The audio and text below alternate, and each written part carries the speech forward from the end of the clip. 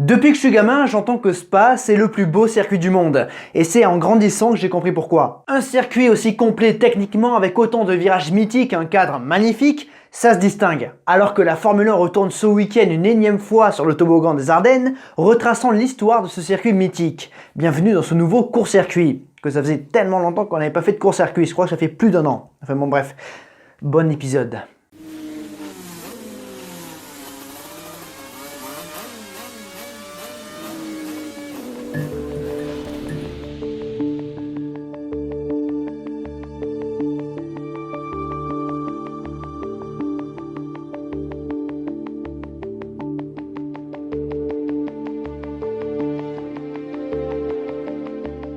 Alors, Spa est une ville belge située à quelques dizaines de kilomètres de Liège en région wallonne. C'est une ville thermale. Déjà pour situer Spa. Pour ce qui est de la course automobile, elle se répand petit à petit à la fin du 19e siècle. Et en Belgique, il y avait depuis 1900 une course de côte dans la région des Ardennes belges.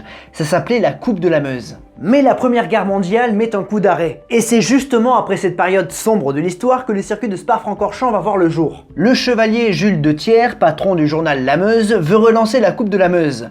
Donc il cherche un endroit. Il va alors s'entretenir avec deux personnes, Joseph de Crowet, qui était le bourgmestre, le maire de Spa, et Henri Langlois Van Ophem, qui était pilote et président de l'Automobile Club de Belgique, et qui a d'ailleurs remporté la Coupe de la Meuse en 1903. Ce trio se rencontre dans un hôtel spadois et ils vont décider du tracé du circuit. Et globalement, c'est un triangle qui relie trois villes, Francorchamps, d'où le nom, Malmedy et Stavelot, un tracé de 14,981 km, très rapide et vallonné au milieu des Ardennes belges. Déjà, ça a de la gueule. Et on y retrouve déjà quelques noms connus comme Blanchimont ou La Source. Alors, vous vous doutez bien que ce tracé se tenait comme beaucoup de tracés à l'époque sur des routes publiques. Sauf qu'il faut faire quand même quelques aménagements, placer quelques bottes de paille, faire quelques aménagements pour les spectateurs où ils puissent s'asseoir, pour les équipes où ils puissent s'installer, mais aussi faire gaffe un petit peu aux accotements. Bon après, n'allez pas croire qu'ils faisaient tout pour la sécurité avec des bacs à gravier et tout. Non, t'avais un fossé, il valait mieux éviter de sortir. Et même à certains endroits, t'avais une chicane avec une maison. Que si tu te ratais, tu te prenais une maison. Fallait vraiment pas sortir de la route. Sans compter les fossés, les arbres, les parapets et les poteaux télégraphiques. Bref, tout est prêt en 1921.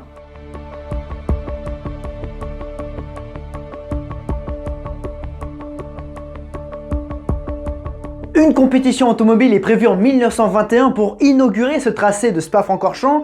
Le problème, c'est que c'est annulé parce qu'il n'y a qu'un seul engagé. Du coup, ce sont des motos qui inaugurent ce tracé. 23 motos et une victoire acquise à peu près 90 km/h de moyenne. Pardon, 90 km/h de moyenne. Mais ce circuit prend de l'ampleur dès l'année suivante car le Grand Prix de Belgique va se tenir à Spa-Francorchamps. À l'époque, la compétition se faisait sur des voitures de sport et c'est Raymond de Tornaco qui s'impose sur une Imperia. La RACB, la Royal Automobile Club de Belgique, va alors s'approprier Spa-Francorchamps qui devient le temple belge du sport automobile. Le Grand Prix de Belgique prend ses quartiers dans les Ardennes et il revient en 1925. Année qui voit ce Grand Prix être attribué du nom honorifique de Grand Prix d'Europe. Et il est remporté par Antonio Ascari, le père d'Alberto et également l'un des meilleurs pilotes de l'entre-deux-guerres. Mais ce n'est pas tout, les proprios du circuit de Spa-Francorchamps croient en leur temple. Et en 1924, ils créent une nouvelle course, une course de 24 heures. Les 24 heures de Spa naissent en 1924, un an après les 24 heures du Mans. Pour l'occasion, une cabine de chronométrage, une tribune de presse et un tableau d'affichage sont construits. Henri Springel et Maurice Becquet l'emportent sur une Bignan. Et l'année d'après, c'est un certain duo composé d'André Lagache et René Léonard sur Chenard et Walker qui s'impose. Et chaque année jusqu'en 1938, à l'exception de 35 et 37, se tiennent les 24 heures de Spa. Donc ça fait deux gros événements sur ce tracé qui attirent donc les meilleurs pilotes de l'époque ainsi que les meilleurs constructeurs. C'est donc bien pour la réputation du circuit, mais surtout,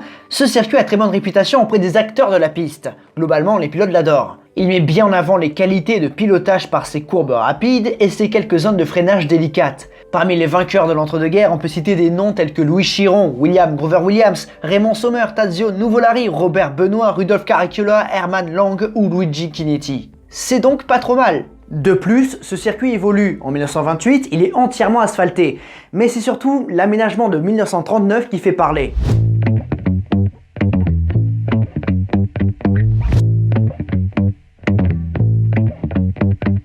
En 1939, les propriétaires changent un virage, l'ancienne douane. Il est appelé comme ça parce que jusqu'en 1920, c'était une douane allemande. La frontière prussienne allait jusqu'au circuit, quoi. Il y a même une partie du circuit qui était en territoire allemand à l'époque. Un détour pour avaler la pente, mais où les pilotes disparaissaient de la vue des spectateurs. C'est problématique. De plus, le virage de l'ancienne douane était très prononcé et il fallait beaucoup ralentir. Du coup, en 1939, un virage artificiel voit le jour et il va devenir la signature de Spa. L'un, si ce n'est le meilleur virage du monde. Et il est baptisé Raidillon, parce que c'est un raidillon. Alors pourquoi est-ce qu'on l'appelle le rouge? Eh bien tout simplement à cause du ruisseau du même nom qui passe sous la piste au niveau de la compression. Et l'eau a véritablement une teinte rouge. Donc c'est pas une légende, on dit pas l'eau rouge parce qu'elle est transparente. On dit le rouge parce qu'elle a une teinte rouge, quoi. En gros, aujourd'hui, la cassure en bas, c'est le rouge, et le droite en montée et le gauche au sommet, c'est le raidillon. Ce virage contribue à la renommée du circuit et le fait entrer encore un petit peu plus dans la légende. Une pente de 17%, soit l'équivalent de l'altiport de Peyragudes pour les amateurs de cyclisme. 24 mètres entre le point le plus haut et le point le plus bas, soit 8 étages. Aujourd'hui, en Formule 1, les pilotes se prennent entre 4 et 5 G verticaux, c'est énorme. Très refermé à ses débuts, il a été progressivement ouvert pour des raisons de sécurité. Même s'il est plus simple et plus facile à prendre qu'avant, surtout en Formule 1, ça reste un virage qu'il faut prendre au sérieux. Après l'épingle de la source, les pilotes dévalent une pente prononcée vers le rouge en se collant progressivement contre le mur avant d'être catapultés dans les airs. Une seule trajectoire possible et un virage au sommet à l'aveugle. Petit à petit, il faut prendre confiance dans ce virage. Et le raidillon incarne parfaitement le paradoxe du sport automobile. Tout le monde sait que c'est un virage dangereux, potentiellement mortel. Bon, après, quand tu roules à 300 km/h, peu importe l'endroit, c'est potentiellement mortel. Mais bon, il y a des endroits plus que d'autres et le raidillon en fait partie. Malgré tout, ils acceptent tous le challenge. Et beaucoup le défendent. En 85, durant les 1000 km de Spa, Jackie X et Stefan Belov sur Porsche 956 se touchent et l'accident se produit. Le jeune Allemand, grand espoir, se tue dans ce crash. En 2019, le jeune Anton Hubert a été victime d'un triste concours de circonstances au sommet d'un des virages les plus mythiques du sport auto. 2 accidents mortels dans ce virage. Pour Dilano Vanthof, c'est arrivé un petit peu plus loin, à Kemmel, et c'est surtout dû aux conditions météo qui étaient exécrables, aucune visibilité. Pendant longtemps, les pilotes ont cherché comment le prendre à fond. Parfois, ça passait, d'autres fois, non. En 1993, durant les essais du vendredi, Alessandro Zanardi s'écrase dans le mur au sommet à presque 280 km/h et rebondit de l'autre côté de la piste. Michael Andretti qui arrive derrière ralentit et Senna est surpris, il part en tête à queue. Il termine sa course non loin de la Lotus de l'Italien où opèrent les commissaires de piste. Les secours arrivent aider Zanardi et ils peuvent compter sur l'aide de Senna. Par chance, malgré des douleurs au dos, l'Italien n'a qu'une dent et le nez cassé. Quelques années plus tard, en 98, Jacques Villeneuve perd le contrôle de sa Williams et part s'écraser dans les pneus. L'année suivante avec sa barre, il est de nouveau victime d'un accident spectaculaire, encore plus douloureux. Il s'est satellisé, quoi. Ça se passe durant les qualifications, et à l'époque, les équipes apportaient une troisième voiture, ce qu'on appelait le mulet, ou la voiture de réserve, tout simplement. Après son accident, Villeneuve regagne donc son garage, il monte dans sa nouvelle voiture, dans le mulet, et après un tour, il se rend compte qu'il n'arrive pas à piloter, du coup il s'arrête. Son équipier, Zanta, a également été victime d'un accident au raidillon cette année-là, partant même en tonneau et après faisant la toupie pendant plusieurs mètres. D'autres ont eu chaud également. On pense à Magnussen en 2016, mais également au carambolage des 24 heures de Spa 2021, impliquant Aitken, Estre, Rigon et Pereira. Quelques blessures à déplorer, mais heureusement, rien de plus. Et ce n'était pas gagné quand on voit la violence du choc. D'ailleurs, certains ont été à l'hôpital. Quelques semaines plus tard, c'est en WC Series qu'un carambolage se produit. Une partie glissante dans la montée et beaucoup de pilotes perdent le contrôle. Bon, il y a d'autres exemples comme Matej Sizakian en 2018 qui s'envole, ou encore cette année lors des 6 heures de Spa, Renger van der Zandt qui perd le contrôle de sa Cadillac. Et c'est justement cette dangerosité, ce risque qui fait le sel de ce virage et qui donne du mérite aux audacieux. En 110, lors des 1000 km de Spa, Joe Seifert et Pedro Rodriguez passent côte à côte ce virage dangereux au volant de leur Porsche 917 du John Wyer Automotive. En 2008, Lewis Hamilton et Heikki Kovalainen, leurs coéquipiers chez McLaren, se lancent un défi. Il faut passer le raidillon le rouge à fond dès la première sortie du week-end.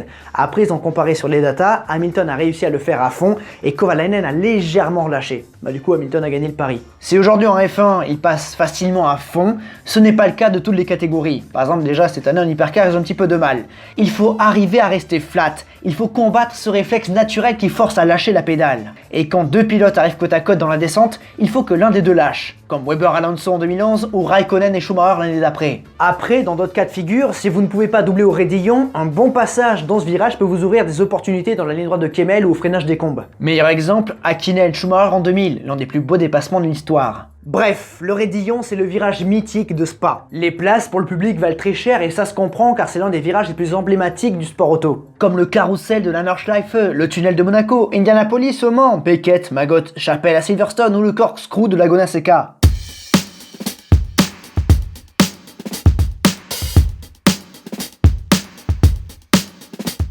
Le circuit de Spa-Francorchamps réouvre ses portes après la Seconde Guerre mondiale en 1947 et c'est Jean-Pierre Vimy qui s'impose sur son Alfa Romeo Formule A.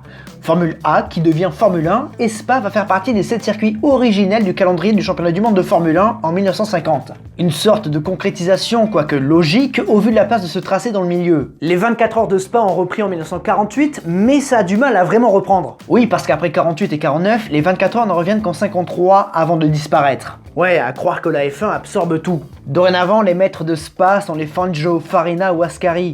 D'ailleurs, en 51, la piste est élargie et le virage de Stavelot est créé. Au lieu d'aller jusqu'à l'embranchement, une courbe légèrement relevée voit le jour. Malheureusement, en 1960, le tracé de Spa-Francorchamps s'illustre tristement. Car durant le Grand Prix de Formule 1, 2 pilotes y perdent la vie, Alan Stacey et Chris Bristow, tous deux dans des accidents séparés. 2 pilotes morts dans le même week-end, la seule fois de la Formule 1 jusqu'à Imola 94. C'est une première alerte pour ce circuit mythique et les commentaires de légendes tels que Jim Clark ne peuvent pas être ignorés. L'Écossais n'aimait pas du tout ce circuit dangereux et il le faisait savoir. Paradoxalement, Jim a construit une partie de sa légende dans les Ardennes. Pourquoi ? Parce que ce circuit donne la part belle aux pilotes. Clark s'impose 4 fois d'affilée sur cette piste belge avec des performances ahurissantes. En 63, il compte même 4 minutes d'avance sur le deuxième Bruce McLaren, le tout dans des conditions abominables. Ah bah la pluie et Spa, une grande histoire d'amour. Pour répondre aux exigences de sécurité, le tracé de Spa-Francorchamps installe des rails et 1963 correspond à une sorte de résurrection pour ce tracé. En effet, l'épreuve des 500 km de Spa est créée et intègre le championnat du monde de voitures de sport, le WEC. En gros. Ces 500 km deviendront 1000 en 66 et aujourd'hui, cette épreuve existe encore avec les 6 heures de Spa. En 1967, le jeune Jackie X se révèle aux yeux du monde au volant de sa Mirage à main sous la pluie. Un pilotage légendaire qui lui ouvre les portes de la victoire et d'une grande carrière en sport automobile. X gagnera 5 fois les 1000 km de Spa, mais jamais le Grand Prix de Formule 1. En revanche, il remporte une fois les 24 heures de Spa. Car oui, en 1964, les 24 heures de Spa renaissent. Les voitures de tourisme seront les reines de cette épreuve jusqu'au début des années 2000 où les GT prennent les commandes. Cette épreuve a vite retrouvé sa place d'incontournable et fait encore aujourd'hui partie des courses les plus prestigieuses du calendrier. Mais n'allons pas trop vite. Car si le circuit de Spa veut continuer d'exister, il va devoir changer. En 1966, le départ du Grand Prix de Belgique est donné sur le sec, mais quelques virages plus loin, après les combes, les pilotes découvrent des conditions très humides et c'est une hécatombe. Spence, Seifert, Hulme, Hill, Bonnier, Bondurant et Stewart sont surpris. Jackie Stewart a perdu le contrôle de sa BRM et s'est retrouvé coincé dans sa voiture à l'envers en contrebas sans arriver à se détacher. L'Écossais a mal au dos, mais pire, de l'essence lui coule dessus. Stewart est terrifié car la moindre étincelle aurait des conséquences dramatiques. Il faut attendre plusieurs minutes pour que son équipier Hill le remarque et vienne l'aider. Jackie se retrouve alors prise en charge dans une ambulance où les conditions sanitaires sont déplorables. Ouais, avec des mégots partout. En plus, le chauffeur de l'ambulance s'est trompé de chemin pour aller à l'hôpital, du coup ils sont arrivés vraiment tard.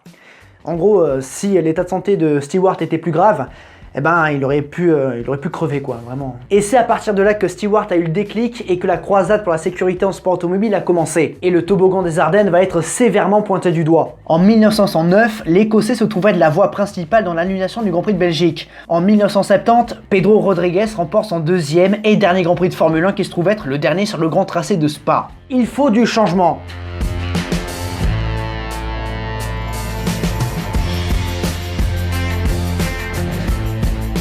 Après avoir perdu la Formule 1 en 1970, le circuit de Spa peut toujours compter sur les 24 heures ainsi que sur l'épreuve des 1000 km. Dorénavant, les deux événements phares de ce tracé. En 73, Henri Pescarolo réalise un nouveau record du Tour avec sa Matra 670B en 3 minutes 13, soit plus de 262 km/h de moyenne. Spa est l'un des circuits les plus rapides au monde. Et ce qui est arrivé avec la Formule 1 arrive avec l'endurance. Après l'édition de 75, le championnat du monde de voitures de sport s'en va. En plus, d'autres accidents mortels sont à déplorer. Ce tracé est un anachronisme et il faut du changement. Le tracé tracé originel est abandonné en fin d'année 78 et en 79 est inauguré le nouveau circuit de Spa-Francorchamps, passant de 14 à 7 km. En arrivant au virage Les Combes, les pilotes tournent à droite pour une nouvelle portion.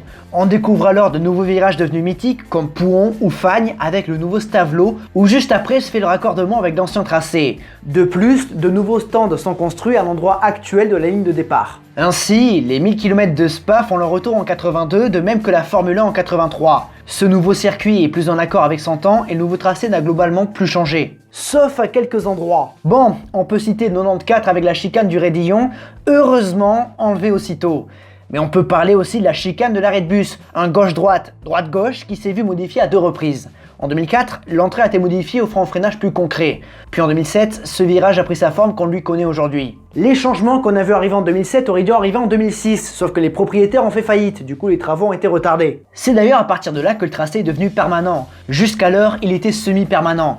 De mars à octobre, il était fermé à la circulation et ouvert en dehors de cette période. Voilà pourquoi les lignes discontinues étaient encore visibles pendant longtemps. Sinon, depuis l'inauguration du nouveau tracé, les choses qui ont vraiment changé, ce sont les aménagements pour la sécurité. Élargissement des zones de dégagement avec des bacs à gravier et parfois, c'est compliqué surtout à cause du relief. En 2001, une nouvelle sortie des stands pour l'ancien paddock est dessinée. Cette dernière amène les pilotes jusqu'aux droites de Kemmel. On peut parler aussi de la suppression progressive des bacs à gravier. Ça devenait vraiment des dégagements parking. Et ça a énervé les puristes. Les derniers gros aménagements du circuit de Spa ont été faits en 2022 avec la réintroduction de certains bacs à gravier ainsi qu'un élargissement des dégagements au Raidillon. Ces travaux ont d'ailleurs contribué à la destruction du chalet emblématique qui se trouvait à son sommet. Et ces réaménagements ont permis également aux motos de revenir. De plus, au niveau de l'eau rouge, des aménagements ont été faits pour accueillir le rallycross. Bon, ça a été fait avant 2022, endroit qui se transforme en fan zone pour les gros événements.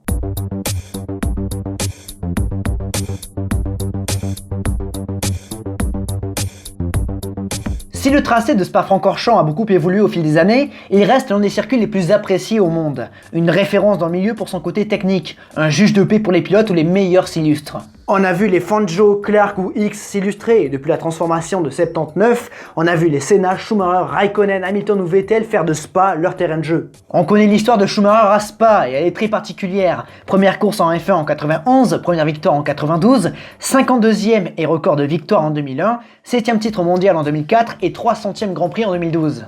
Dans d'autres catégories, on peut citer Eric Van de Poel qui est le recordman de victoire en 24 heures de Spa avec 5 succès devant Jean-Michel Martin, le père de Maxime, et Thierry Tassin. Donc triplé belge. BMW a le record de victoire avec 25, la dernière en 2023. Pour ce qui est des records de piste, je vous ai fait un petit tableau. Le record absolu est détenu par Valtteri Bottas en 1:46.286 avec sa Mercedes de 2018. En hypercar, le record date de cette année en 2 minutes 02 et 327 millièmes par Kamui Kobayashi sur sa Toyota GR010. En F2, le record date de 2017 avec Artem Markelov en 2 minutes et 204 millièmes. En LMP2, il s'agit de Pastor Maldonado en 2019. Kevin Estre a lui le record du GTE en 2 minutes 13 secondes et 658 millièmes contre 2 minutes 16 secondes 252 millièmes pour le GT3. Pour les deux roues, la catégorie EWC, le championnat du monde d'endurance moto, c'est Sylvain Guintoli avec la Suzuki GSX-R 1000 qui a le record en 2 minutes 20 secondes 578 millièmes. Durant cette vidéo, j'ai principalement parlé des événements les plus importants du tracé de Spa, à savoir le Grand Prix de Formule 1, les 1000 km de Spa ou les 6 heures de Spa actuellement et les 24 heures. Avec ce tableau, vous avez compris que le championnat du monde d'endurance moto était revenu avec les réaménagements de 2022.